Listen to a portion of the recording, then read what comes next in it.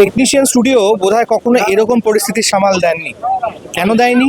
কারণ এরকমভাবে ধুমধুমার অবস্থা আজ সকালে যা টেকনিশিয়ান স্টুডিও ঠিক সংলগ্ন যে মাঠটায় হলো, ডিম ছোড়াছুড়ি এবং তার সঙ্গে যেটা বলতে হয়, যেটা বারবার করে বলতে হয়, কোথাও গিয়ে একটা দ্বৈরথ তৈরি হয়ে গেল টেকনিশিয়ানদের মধ্যেই। আমার সঙ্গে রয়েছেন বিভিন্ন গিল্ডের যারা একেবারে এক্সিকিউটিভ কমিটির মেম্বার, তারা রয়েছেন।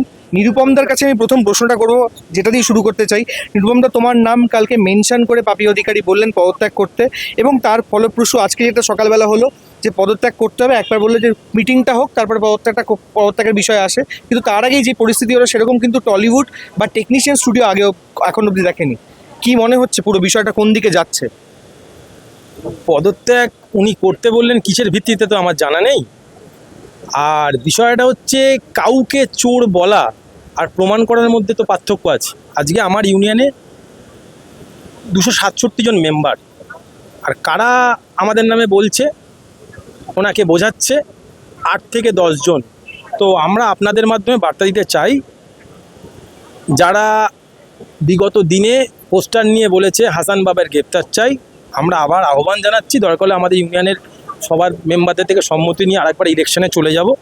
পারলে সিআরপিএফ, আরপিএফ, পুলিশ, যা যা যা যা ডিপার্টমেন্ট আছে, এবং ক্যামেরা রেখে সংবাদ মাধ্যমের সামনে অন ক্যামেরা আবার ইলেকশনে যেতে চাই।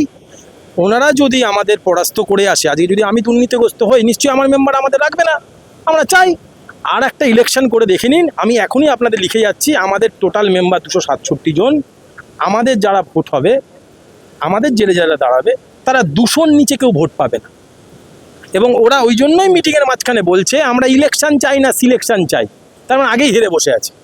যে মিটিংটা হলো না, বড় মিটিং হলো নন্দনে, সেখানে ছিলেন রুদ্রনীল ঘোষ। একদম লিয়াজও মেনটেন করে বসে সেই আজকে কি হলো, গোটা মিটিংটা কি হলো? সিইও ছিলেন তার সঙ্গে। আজকের মেন মিটিংটা হচ্ছে, আমরা হঠাৎ কালকে দেখতে পেলাম আমাদের ফেডারেশন বলে কিছু থাকছে না, বা ফেডারেশনটাকে কমিয়ে দেওয়া হচ্ছে, এবং আমি বদলে দেওয়া কনফেডারেশন হয়ে গেছে। হ্যাঁ, অনেক কিছু প্ল্যান চলছে, সেটা মাননীয় বিধায়িকা ম্যাডাম করতেই পারেন, তিনি তার মতো করে একটা কিছু ভেবেছেন। কিন্তু আমাদের কাছে মনে হয়েছে যে এই বিষয়টা ঠিক না, কারণ আমরা যারা ইন্ডাস্ট্রিতে মেকআপ করি এবং কোনো রকম নন পলিটিক্যাল লোকজন, যাদের মোটামুটি নাম ডাক আছে, যারা কাজ করে এবং যাদেরকে লোকে রেসপেক্ট করে, কাজেরও তো একটা রেসপেক্ট পাওয়া যায়, সেই সব লোকগুলো কেউ কিছু জানতে পারলো না। উনি দেখলাম কিছু মিটিং করলেন, করে গিল্ডকে 4টে দায়িত্ব বা 4 জনকে দায়িত্ব দিলেন, দিয়ে পুরো বিষয়টা। তো আমার কোশ্চেন হচ্ছে, উনি কি সেই যে 4টে গিল্ডকে যে দায়িত্ব দিলেন, তারা কি পুরো বিষয়টা কি ঠিক করতে পারবে? আজকে আমি কি মেকআপ করব, কি প্রস্থেটিক মেকআপ করব, কি ধরনের গেট আপ করবো, সেটা কি ক্যামেরাম্যান বা ম্যানেজার কি বলে দেবে যে কি মেটেরিয়াল ইউজ হবে, না এই মেটেরিয়ালে এই টাকা দেবো না? তো উনি গোটা 6খানা বোধহয় পয়েন্ট দিয়েছেন, তার মধ্যে আমাদের অনেকগুলো পয়েন্টে মানে আমাদের ঠিক লাগছিল না। তাই জন্য আমরা চাইছিলাম যে একটা আলোচনা হবে, এবং তাই জন্য ওনার কাছে যেতে গেলে তো সুষ্ঠু পরিবেশে সুষ্ঠুভাবে যেতে হবে। তাতে কী হচ্ছে, তাতে সুষ্ঠুভাবে যেতে গেলে যেটা হয়, তার জন্য একটা গণতান্ত্রিক পদ্ধতিতে সবাইকে জানিয়ে, কারণ আমরা কেউ একা নই, আমরা we all are together right now, এবং কালকেও ছিলাম, আগেও ছিলাম।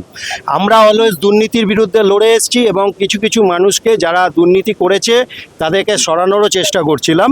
তো সেক্ষেত্রে এখন আজকের যে আমরা যে মিটিংটা, উনি যেটা হট করে ফেডারেশনকে ভেঙে দিতে চাইছেন, তার প্রতিবাদ বলতে এটা আমরা বোঝাতে চাইছিলাম যে না, ওনাকে যে এইভাবে পদ্ধতিতে হতে পারে না, এটাকে আপনি যদি আমাদেরকে এই ডিপার্টমেন্টগুলোকে রাখতে পারেন। কারণ আজকে আমার সমস্যা, ক্যামেরাম্যানদের সমস্যা, বা আর্টের সমস্যা, বা ইলেকট্রিশিয়ান দাদাদের সমস্যা, প্রত্যেকে কিন্তু যে যার সমস্যাটা বলবে, এবং তারা কি করবে, তারা তাই জন্য কিন্তু একটা করে গিল্ড তৈরি হয়। কারণ এইভাবেই কিন্তু আজ অবধি হয়ে এসছে, কারণ সব কিছুই সুষ্ঠু ছিল। তো হঠাৎ দেখলাম যে এইরকম একটা সিস্টেম, যে সিস্টেমটা চালু হতে চলেছে, সেটা আমাদের একটু সন্দেহ ছিল, যে কারণে আমরা চাইছিলাম একটা সংঘবদ্ধভাবে সবাই মিলে ওনার কাছে গিয়ে ব্যাপারটা প্লেস করতে। সেটা হঠাৎ দেখা গেল যে যারা আমাদের শিল্পী, যারা আমাদের গুণী টেকনিশিয়ান, সবাই এসেছিল। তো অনেকে শুটিং কিন্তু আমরা কোনো রকম অফ করাইনি। আজকে হঠাৎ দেখা গেল কিছু বহিরাগত লোকজন এসে, এরা কারা তো আমরা ডিটেক্ট করতে পারছি না। আমরা ধরে নিতে হবে তারা কেউ মানে আমাদের এই চেনা পরিচিত সিনেমার সিনেমা জগতের তো লোক বলে আমাদের মনে হলো না। তো আমাদের মনে হলো যে পরিবেশটাকে ঘাটিয়ে দেওয়ার একটা চেষ্টা চলছে, যাতে আমরা সিএম এর কাছে না আসতে পারি বা ওনার কাছে না যেতে পারি। তো আলটিমেটলি দেখলাম ওনার কাছে যেতে গিয়ে এই সমস্যাটা হলো। তাই জন্য আমরা এখন সিএম এর দ্বারস্থ হয়েছি, কারণ আমি খুব আশাবাদী সিএম যেভাবে কাজ করছেন এবং সিএম যেভাবে খুব মানে তাড়াতাড়ি সব কিছু দায়িত্ব নিচ্ছেন এবং সব কিছু তৎপর হচ্ছেন, তাতে উনি খুব শীঘ্রই আমাদের নিশ্চয়ই একটা প্রতিক্রিয়া দেবেন। আমাদের কিন্তু আজকে অনেকেই চেয়েছিল যে শুটিংটাকে অফ করতে অপমানের বিরুদ্ধে, কিন্তু আমরা সবাই রিকোয়েস্ট করেছি এবং নিজেরাই বুঝে গেছে যে আমরা শুটিং অফ করব না, এবং তাই জন্য আমরা নন্দনের আধিকারিক মোটামুটি ম্যাডামের কাছে, আইএমসিএ ম্যাডামের কাছে এলাম, এসে এবং রুদ্রনীল ঘোষ উনিও ছিলেন।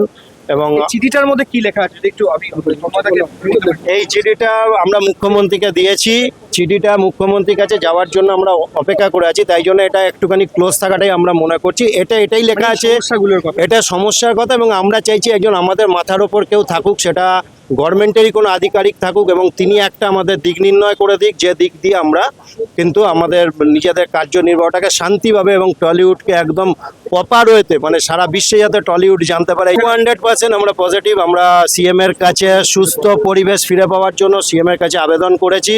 আমরা রুদ্রনীল ঘোষের মাধ্যমে সিএম এর কাছে আমরা রিপ্লেসটা রেখেছি, দেখলেন উনিও তাই কথা বললেন, এবং এখানকার আধিকারিক যিনি আছেন নন্দনের, তার কাছে আমরা রাখলাম।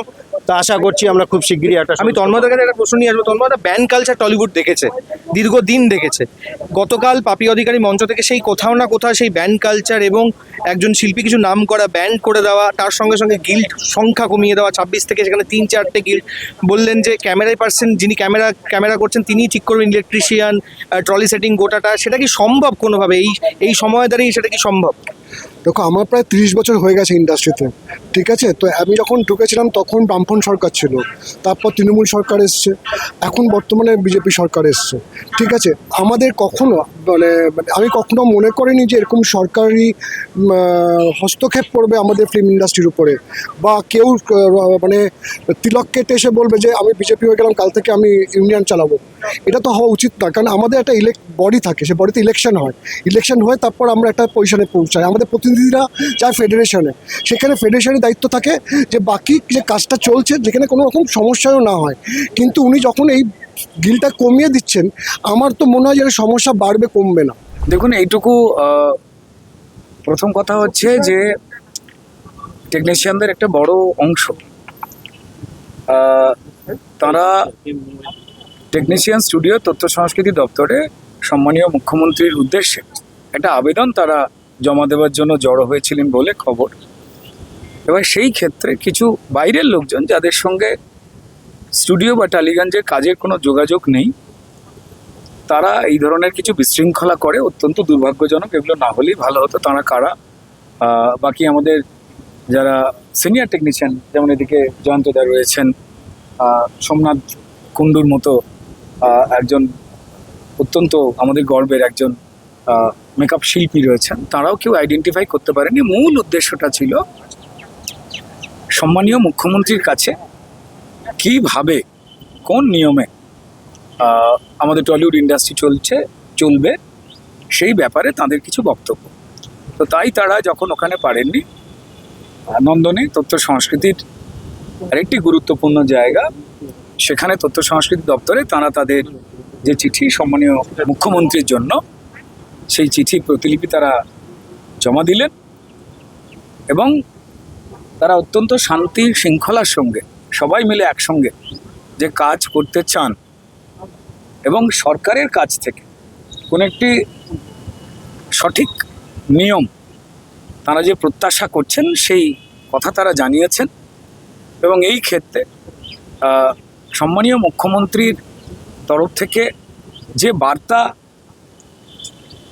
রয়েছে, আমি সেইটুকুই জানাতে এসেছি যে তিনি চান যে অন্যান্য বিভাগগুলোর মতোই আমাদের সংস্কৃতি জগৎ সুন্দরভাবে চলুক, সবাই মিলে একসঙ্গে তারা কাজ করুন। মতান্তর থাকতেই পারে, কিন্তু মতান্তর যেন না কোনো সৃজনশীল কাজের পক্ষে যে ক্ষতি পূর্বের সরকার এবং তাদের লোকজন বাধ্য করিয়েছেন মানুষকে করতে, যে জাঁতাকলের মধ্যে ফেলা হয়েছিল, তা যেন আর না থাকে। ভয় আউট এবং ভরসাহীনের একটা পরিবেশ তৈরি হবে। আমাদের যারা টেকনিশিয়ানসরা রয়েছেন, প্রায় 8000 পরিবার,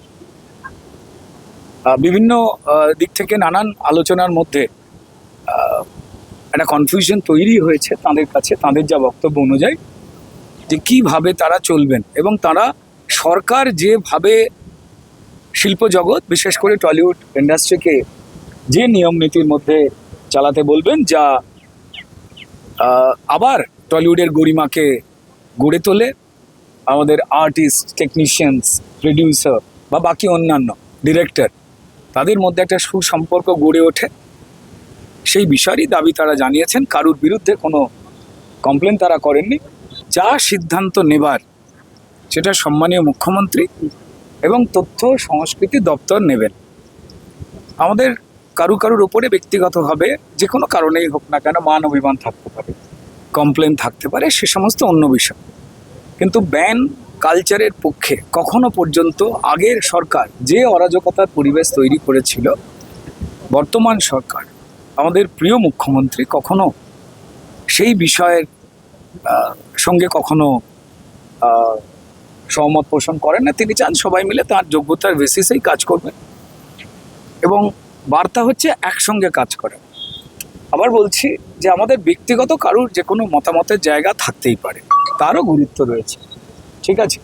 আমরা কেউ কোনো ইচ্ছা পোষণ করতেই পারি, কিন্তু আসলে সেই ইচ্ছা সঠিক জায়গায় গেল কিনা তার সিদ্ধান্ত নেবেন পশ্চিমবঙ্গ সরকার এবং আমাদের সম্মানীয় মুখ্যমন্ত্রী। এইটুকু বলতে পারি।